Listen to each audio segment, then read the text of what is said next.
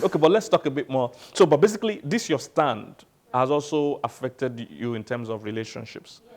So you've lost relationships and all that because somebody wanted sex and... Yes, but I don't mind. I remember I was with some casting director and then he said to me that you're never going to marry in this life. It's all these things that you are doing, you're never going to marry. I just laughed. And of course, you even need to even watch the people that you share these things with because sometimes they will discourage you. But again, when you go back to God and you just hear God tell you, and I think, again, if you really don't have a deep relationship with God where you can hear God talk to you, like you're not waiting on, oh, I need to call my friend to pray to help me ask God, or call my pastor to help me ask. Like when you really have that connect with God and you can hear him say, no, don't do this, or okay, don't take that interview, they're going to mess you up when you get there, or no, don't say that, or you just, there's this no way, like you just really feel like God is with you on it, so it helps you. So I don't know if to say I don't care. I'm just at that place of perfect peace. I'm just like, you know what, this life is, it's all about God, to be honest, and I don't know how to explain it to people that God, to please, for me, I've just come to that point where I'm like, I'm just all about pleasing God. I really don't care. Like, I'm not trying to prove any point. I'm not trying to chase any clout. I'm not, one secular actor, musician did one song and they wanted me to be on the tour with them. And I said, okay, what's the lyrics of the song? And I'm saying, I'm not going to take it because first, the lyrics is bad. I don't care if you put my name or my character name in it. I'm not going to do it. And it was a lot of money, but he was shocked that I could turn him down. Yeah. But I mean, these are the prices we have to. We're not going to be here forever. And this fame wouldn't even be there forever. But what do you do with it at the time that you have it? Is it to lead people to get high on drugs, because there are some people that are promoting masturbation and all of that right now, leading people to captivity? Or do you really want to use your platform to actually really help people and impact lives? I think I'm just going to shut up because I can go on and on, and I don't want to start crying because it really is something that touches my heart. Yeah, so, yeah. Are you one of those people who think that even when the marriage is not going right, they should not leave? It depends on what you mean by not going right now. That's what I'm saying. That's what I say. It's on that blockbuster conversation. Yes. It depends on, because what the issue is that, like Olumide said, many people have that feeling like if it's not working out, leave. So for the smallest things, for things that could actually be, that look big but could be worked out, you see, they are not seeing that option. Let me give you an example I give people. If you're in this house now, this room now, and something is burning as a real fire, big one, and the door is open, what's the first thing you're going to do? Run out. Now, if this place is locked and there's no way out, you know what you're going to do? You're going to start thinking of a way to put out that fire. So once you have that I can leave mentality, especially when you come from a background of people that left, it's going to occur to you that, let me walk out the door. I can't handle this. Meanwhile, there are a lot of things we can handle. If they had told us that for 6 months there will be lockdown in the world, not just in Nigeria, globally, last year, all of us said, my friend, go and sit down. It's impossible. We have done it. We have all done it now. So it was possible, just that we didn't think it was. If you had asked our opinion, we would have said it wasn't. But in reality now, it has happened. So there are many things that can happen. Your mind just doesn't want to agree it can, but in reality, it can. So many of those marriages, can work if they are both willing to work on it, but they want to choose the easy way out. And divorce is not even really the easy way out at the end of the day. It's actually hard. So those are the 2 points I want to make. So final questions before I give you guys a chance to ask some questions so that we can quickly round up. If you are going to design a spec for yourself, in 1 minute, tell me what that spec will look like. Obichi, you understand? Okay, yes. Okay. Let me give, because the guys, they are thinking hard. I'm just very real. I'll just say that it is. I'll just say that it is. I would love to marry a man that would stay. The fear of abandonment. Are your parents still together? Yes, but it's not like it's all rosy, and then one person wants to, and then one wants to stay, blah, blah, blah, and but they're both together? Yes, they are. Okay, go ahead. Yeah. I would like to have someone that would stay, faithful, someone that would love me unconditionally. Of course, I'll do the same things. I'm just saying what I want. Yes, your spec. It's your spec. I'm not into looks. Please don't be ugly, but I'm not into looks. Yeah. Tell me some bend neck. I can't marry an ugly person, but that's not the first that comes. I've met fine. There's no ugly person. You can't marry somebody you're not physically attracted to. Exactly. That's the word. Yeah. It has something doing, but someone I can learn from, someone that can inspire me to be better. But like internally, you want to have peace at home. You want to have someone that has your back, irrespective of anything that happens. You don't want someone that will run when there's fire. Yes. Yeah, I'm into those things because irrespective of things that happen, like with my kind of career and where I'm going to, you need someone that is grounded, someone that trusts you, someone that is faithful, someone that will not leave in case anything happens, be it from my side or from his side or whatever. Yeah, that will fight for it. Basically, fight for the relationship every time. Yeah. Character. There's something I wanted to add when she was speaking, Julia. She was saying, marry a man that loves God. If he loves God, he won't do some things as regards character. I wanted to object because I've met some really good Christian men that don't have character. I know, but like it didn't. There's no marriage. Not living the life. I think that's a good point. Many people confuse the fact that somebody is a Christian. He's good all around. With the fact that he's Christ-like. No. So he can be a Christian and not be Christ-like. Exactly. So what you're really looking for is somebody that is Christ-like. But anybody can be a Christian. A church is a hospital. Everybody attends the church. A prostitute can come to church. A drug dealer can come to church. That's the church. And he can even claim he's a Christian. However, what you should look for is Christ-like. But somebody can even be a pastor and not be Christ-like. Somebody can even be an usher or a worker in church because some of those things are gift operated, not character operated. So you can operate your gift. But if you have a good voice, have a good voice. There's nothing you can sing, but it doesn't mean you are Christ-like. So what people really need to look for is a Christ-like person. And that can't go wrong. A Christ-like person won't do something. And even when they make mistakes, they are quick to accept and look for a way to change, not defend it. Yeah. So those are the ways, it's about the character, not the title. Christian. Yeah. Yeah, basically. So that brings me to the question, how many of us are really Christ-like in the church? So, yeah, they might not be much, but they are. Yeah. You see, that's the thing. People have that mentality that, I can't find. No. First, you must first be. The reason why you might not have faith in others is that you are not first. If you are it, you will know that I can't be the only one in this world that thinks like this. So you look for your tribe. But does that reduce your spec? Oh, definitely. See, every good thing, you're in fashion. The things you want the ones that the whole world has. Anything of value is scarce. That's just how it works. So you must be willing to say, if I want something special, I make my relationship not work. Yes, you must be patient. Because if your spec is like that, then you must be patient. It took me a while to find my wife because I knew what I was looking for. So it took me a while. I met many great people. And my wife was the first person I dated as a Christian, first ever. In fact, all my life, I was not even as a Christian, because even before I wasn't a Christian, I was doing things, but I wasn't in a relationship with anybody. So as a human being, my wife wasn't a dater. I knew what I wanted in a wife. I knew my name. Maybe because I'm into relationship coaching. So I knew. So I couldn't be dating people and trying out. No, if I see you 1 hour, I can tell that we can be close, or we will not be close, or what level of close are we talking? So I never proposed to one girl and say, no, I don't want her, let's be dating. I don't want. No, I will know from friendship. I will know that where this thing is going or not. So if you want something special, that's the truth. If you want something special, you will wait. Just like you're in fashion, so you understand that. If you want something special, you have to go the extra mile to find it. It can't be on the surface. If it's on the surface, then it won't be special. Gotcha. So your spec, guys. There's no aspect to it. But what I know is I cannot date myself. I want somebody who is sort of really intellectual. When people say sapiosexual, I know that they lie. I want somebody who's really smart, who loves God, obviously. So when I need to share with you about things of the word, you are there with me, not someone that will tell you my vision, you go turn upside down. Looks.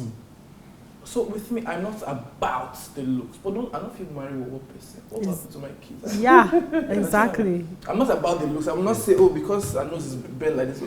But I'm always about the courage, the confidence that comes with being good looking, you understand? Also, please be very confident. Also, please know how to dress up and be nice. I want to see you in the nicest thing. Not that we will not marry after you don't call the tear apart for the chest. The list is long, because I don't write that. Then also, just be hard, be patient with me. Be very patient because I know me.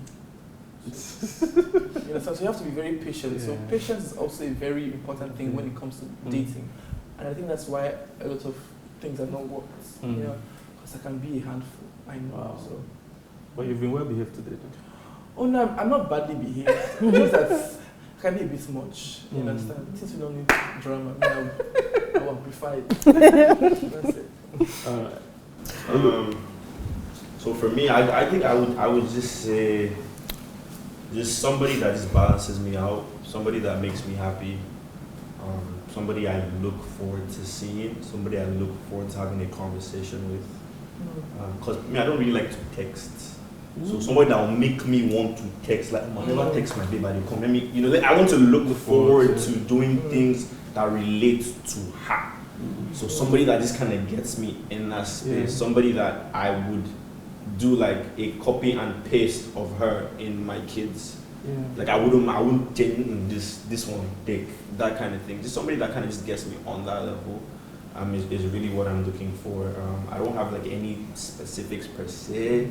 I have to be attracted to her, of course. I would hope that she's attracted to me as well. But just somebody that makes me happy. Because I really over time, I think my biggest priority in life is really just to be happy and be comfortable. So somebody that just makes me happy and comfortable is really who my spec is. Okay. Do you guys have any questions to ask me? I have. Yeah. Okay, sir. So it's been in my head for a while. What men really want? Is it a general thing or is it an individual thing? Okay, that's a very good question. It is both. Okay. It's both general and they have some that are specific to the individual. Now the thing is that some people are not even mature enough to know what they really want. So that's the challenge with it. Okay. So some men are not yet mature enough. Those are the guys that when they marry, they now start seeing the things that they really would have wanted. So this is what causes problem in the marriage. So some men don't know the value of peace of mind, for instance. They don't know that it's a thing. They just think, I just want a girl that has vibes. But when you marry, when you're no more going out there every day, your home now becomes your heaven. So if that woman can't give you peace, the Bible itself says that if you marry a contentious woman, you go to the top of the roof to go and live, or you go to the wilderness to go and live. Because peace of mind is such a thing for men. Men think deeper and they think slower. So they need time to process, to plan, to navigate. But women think a bit on the spot at the moment. So they don't know why men need space. Other things that women, when a woman's emotional tank is low, she needs companionship to fill it up. When a man's emotional tank is low, he needs space to fill it up. So men like love mindless activity sometimes. They just want to sit down and watch TV and they're not even focused on what they're watching. They just want to sit down and do their own thing. They don't necessarily want to be with you all the time, every day, because that drains them emotionally. So, wow. So some men are not even knowledgeable enough to know what they want. So that's the first problem. So that's one side. But the basic things men want are some things I've mentioned. Peace. The woman that gives them peace. Men like what they see. So you have to look good. And just like Temisan mentioned, you don't just look good before the marriage, you look good even during the marriage, you look good every day. So even when you're not having your bath or you're not going out, still look okay. Don't just tie a wrapper, leave your hair flying, So men are like that, they always move by what they see. Then men usually also like a woman that is supportive, of their dreams. Because the first instance when God created a woman, that was the whole thing that brought it up. God said, it's not good for this man to be alone, I'll make him a helper. So men like somebody that helps them, because their emotion is tied to their career or their achievement in life. So whenever you are touching or helping somebody in an area that they're emotional about, then you are also emotionally involved with them. So men like a woman that supports their career, supports what they're doing. So those are a few things. I have a full book on that, 7 qualities wise men want. So that's why I said wise men want, because not all men. Some men think, I just want bum, I just want boobs. That's what some men think. Those are not wise men, because no matter the boobs or bum you get, after a while, your attraction to it will drop. We've seen people that are married the hottest girls, and they still go and chase other girls. In fact, they chase girls that are less beautiful. So at the beginning, most men think but you're going to sleep with this woman for the rest of your life. So you better like something more about her than just her physical. And nobody remains the same physically forever. So you don't see people married for 40 years telling themselves, oh, it's your shape. At that time, it's something deeper than shape that is keeping us going. And that's why many marriages to drop. Because you married her because of her shape. After twins, or triplets, or how many other children you have, her body is not the same. Even when she does body work, there has to be more keeping you going. So, thank you. Do you guys have any questions? I've got one question. So in the situation where it appears that there's more than one potential partner. Yeah. How do you sieve through and make that selection on the one person that you then want to go on with? Okay, that's a powerful one too. I think everything in this life really starts with you. The way God designed this life, it's not the outside that changes you, it's the inside. It's what works for you. Because there's a lot going on in this world. As we are here now, there are people that are in Power Wine Drinkers Club, there are people that are in Chess Club, there are people that are in different things. But you see, it doesn't concern you except it resonates with you. And the moment you find what resonates with you, you will find your tribe. In fact, that's what social media is supposed to be about. It's about finding your tribe. Because there are billions of social media, but it's not everybody I want to connect with. But I have people I want to connect with that will vibe together. So find yourself. Who are you? If you know you will know who will work for you. Like I said, I met many nice girls before I met my wife. But I just knew, okay, this one we can't marry. We can be good friends, we can't marry. Their value system is different. Just like Temisan was saying, somebody for me that is materialistic, you can't go more than that. I just know on that man tomorrow that has a bigger car than me, will toast you cheaply now. The way I talk about self-esteem cost, the way self-esteem works, anything I use to elevate myself above another person will use that same thing to also elevate himself above me. So if I look down at Temisan because my shirt is finer than his shirt, I might be feeling good now, but what that means is that the day you come with a better shirt than me, I will feel inferior. Because I use shirt to elevate myself when I see a bigger shirt. So let me see a girl that is saying, I can't marry somebody that doesn't have a house. It means, even when you have this, your one flat in Lekki, if she meets somebody that has a mansion in Lekki, your relationship is in trouble. So I looked for values, I looked for real spirituality. I've never had to tell my wife, oh, the Bible says. No, both of us already know that there's nothing else that is controlling our life. So when I talk, she knows it's a scriptural thing. And when she talks, there's also a scriptural background. So we don't have to say, wife, submit. No. We both know how a Christian marriage functions. I use that when they want to. Yes. The reason is because they don't have that understanding of what control. Because if you know what part of it that is yours, you two do your own part and leave her part. Let her do. So it starts with you. So what do you really want? Find you. And I say this way: there are three things everybody must find before they find the one. So you must find God, because God knows you more than you really. It's God that will tell you. You might think this is what you like, but you will be tired of it. I don't know if you've ever done something or bought something or whatever that later you found out it didn't last. I didn't feel it again. Because at that time you thought that was you. You thought this was it. So God knows you more than you. God knows, look, this one I want to give you. It might not look like it, but you will enjoy it as the time goes. Rather than this one, like looking this, you would get tired of it. God knows you. So it starts with you. And marriage is not just about marriage. It's about destiny. So there are parts of you that is in 20 years' time, it will unfold. If you have just married anybody you like, that 20 years' time, and that's what makes people divorce really. As they grow, they find out they are growing apart. They find out that, in fact, one of my books is titled, I Married the Wrong Spouse, or you don't need a new spouse. But that's the first statement you know that my problem has started. But just feel, this is not the right person for who I am. They married for where they were, not for where they were going. So find God, because He will show you who you are. Then secondly, find your purpose, where you're going in life. Then thirdly, you need to now find, I forgot what the third thing is in my book. But the point is that, when you find those things, it makes it easy to choose. It will become a bit clearer who can go the distance with you, who has the good qualities. So build knowledge about marriage, not dating, not beautiful. Check about marriage. By the time you check that and give it some time, people don't act for too long. If you give it some time, and you maintain decency in the relationship, it's easier. You see, if you're already getting emotionally entangled or sexually involved, those things create a false bond. So it also makes it difficult for you to think straight, to make a decision that is not emotionally swayed. So those are some of the things that make it tough. But if you are in the right space spiritually, it will float with time. It will float that, okay, this will not be it, this will not be it. Even when you're trying to convince yourself, when you are living right, your spirit is so pure that it can tell you truth. Because your spirit has truth. Your spirit is part that is connected with God. It has truth. So when you're living right, your spirit has a way of telling you. You just feel restless. Just like Temisan said, he was praying and God said, break that thing. That's how it is. When your spirit is in that place, you will hardly be able to make a big wrong decision, big one. Your spirit will hound you and tell you, don't do it. Everything looks good, you'll say, don't do it. And later, you will now find out that, this is why God was warning me about this thing. So, Temisan, do you have a question? Well, It would be about esteem, but I want to read, listen to your content on that. If I actually ask it to be fun. I mean, I'd learned something from what you just said about esteem and why we do the things that we do. So I think I'm good for now, actually. Yeah, but if I have any questions going forward, I would. For me, I don't think I actually liked myself enough. So the same problem that a lot of popular people have. Yes. It's like I always felt like I needed to overcompensate, constantly just prove something to people. And I had a problem with people not liking me because what is there not to like? Yes. So I always, it's when I hear maybe somebody say they don't like when they didn't pick me for something, I always go back beating myself.